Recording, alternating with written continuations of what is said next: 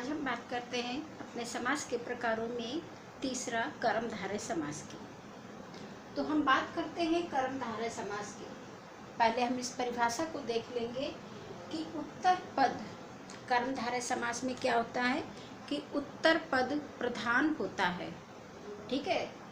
और क्या होता है, पूर्व पद विशेषण व उत्तर पद विशेष्य होता है। ये बात ध्यान रखनी है। सबसे मेन चीज हमें ध्यान क्या रखना है कि पहला पद इसमें विशेषण होता है। सिर्फ इतने से ही आप इसमें अंदाजा लगा सकते हो कि ये कर्मधारय समास है। आगे और कुछ देखने की आपको आवश्यकता नहीं होगी, सिर्फ आप पूर्व पद से ही आपका अनुमान सही हो जाएगा। वैसे अमूमन कर्मधारय समास में लोग जल्दी से इसको कर लेते हैं, समझ लेते हैं सिर्फ पूर्व पद को देख करके कि इस विशेषण है, उसको देख करके आप समझ जाएंगे कि ये कर्मधारय समास है, ठीक है। डेफिनेशन याद रखनी होती है कि इसमें उत्तर पद की प्रधानता होती है, पूर्व पद गौण होता है, ठीक है। और क्या होता है, पूर्व पद विशेषण और उत्तर पद विशेष्य होता है। इतनी सी इसकी परिभाषा है। आगे हम एग्जाम्पल्स देखते हैं, उदाहरण देखते हैं। जैसे हमारा लिखा हुआ है दही बड़ा, ये देखेंगे लिखा हुआ है दही बड़ा, तो इसका विग्रह क्या होगा। ये तो समस्त पद हो गया। हमने आपको बताया था स्टार्टिंग में कि दही बड़ा हमारा क्या है, ये हमारा समस्त पद है, इसको हम समस्त पद कहेंगे। ये हमारा समस्त पद हो गया, ठीक है। अब ये हमारा क्या हो गया, ये हमारा विग्रह हो गया, मीन्स समस्त पद का विस्तृत रूप, ठीक है।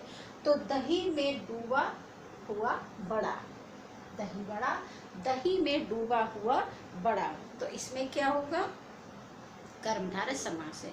अक्सर लोग आपसे पूछ देते हैं, इसीलिए हमने इसको उदाहरण के तौर पे रखा है कि बताइए दही बड़ा में कौन सा समास है। आप बेखटक बता दीजिए कि इसमें कर्मधारय समास है, ठीक है।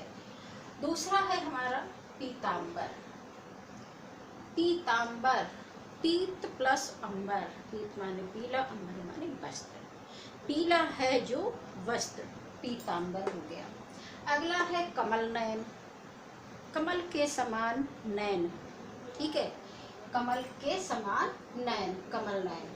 आगे है महाकवि, महान है जो कवि, ये हो गया हमारा कर्मधारय समास। और भी हम ले लेंगे एग्जाम्पल, जैसे एक आता है कटूक्ति, बहुत यूज करते हैं लोग, कटूक्ति। तो कटु है जो उक्ति, ठीक है, जो उक्ति कटु है, कटूक्ति हो गया। इसमें क्या हो गया, हमारा कर्मधारय समास हो गया। कटु क्या है, कटु एक विशेषण है, ठीक है।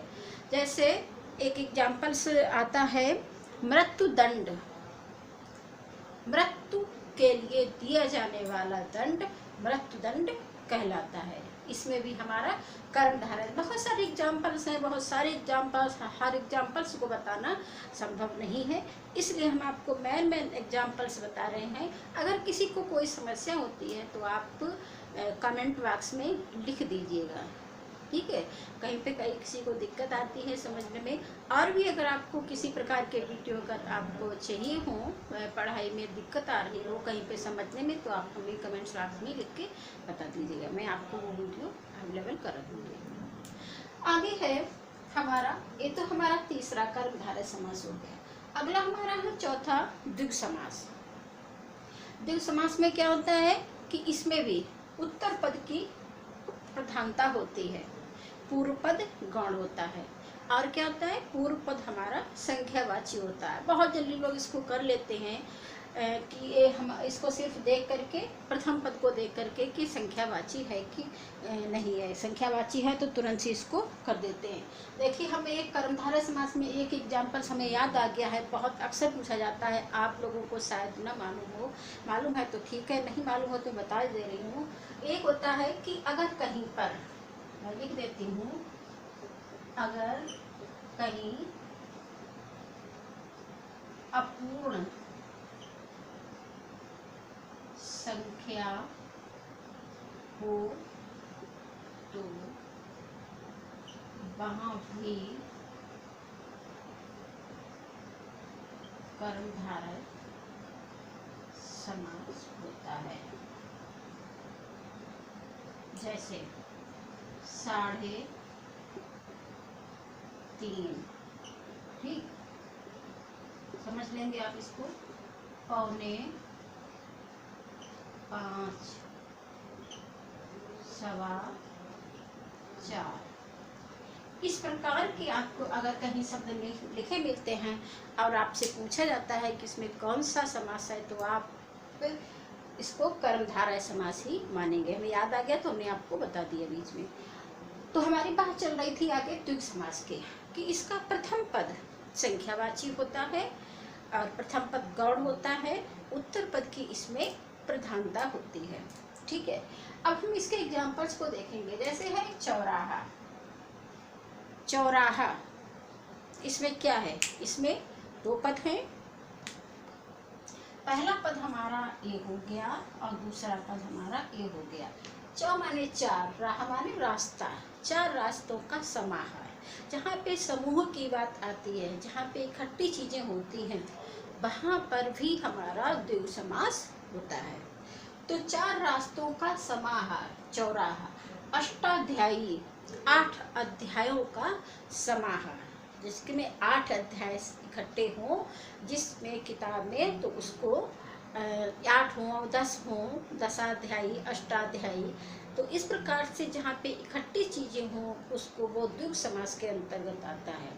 आगे है दोपहर, 2 पहरों का समाहार। दोपहर, सुबह शाम या सुबह दोपहर, जहाँ पे 2 पहर हों इकट्ठे, वो वहाँ पे 2 पहर होता है, 2 पहरों का समाहार, वहाँ पे द्विगु समास होगा। आगे है सतसई, 700 छंदों का समाहार, सतसई जिसको कहते हैं। तो इस प्रकार से जहाँ कहीं आपको इस प्रकार के एग्जाम्पल्स मिले, देखने को मिले, तो आप उसको समझ जाएंगे कि ये हमारा द्विगु समास है। जैसे त्रिभुवन, 3 भुवनों का समाहार। ठीक है, अगला है कि जैसे अठन्नी, पहले अठन्नी चलती थी, अठन्नी, 8 आनों का समाहार। ठीक है, तो इस तरीके से 8 आनों का समूह जिसे कहते हैं, 8 आने जिसमें हो वो अठन्नी, 100 आना जिसमें 100 आने हों वो समूह हो जाएगा। जैसे नवरात्रि, नवरात्रियों का समूह। तो जहाँ पे नवरात्रियों का समूह हो, जहाँ पे 9 रात्रि इकट्ठे हों, जहाँ पे 10 रात्रि की इकट्ठी बात कही गई हो, पंचरत्न, पंचामृत, नवरत्न, तो इस प्रकार के शब्द जहाँ कहीं हो मिले आपको, तो आप समझ जाएंगे कि ये हमारे द्विगु समास के अंतर्गत आते हैं। तो अब आप समझ चुके होंगे इन 2 समासों को, कर्मधारय और हमारा द्विगु समास। इसके बाद में आपके 2 समास और बचे हैं, वो तो आपको अगली वीडियो में आपको बताऊंगी। तब तक के लिए थैंक्स।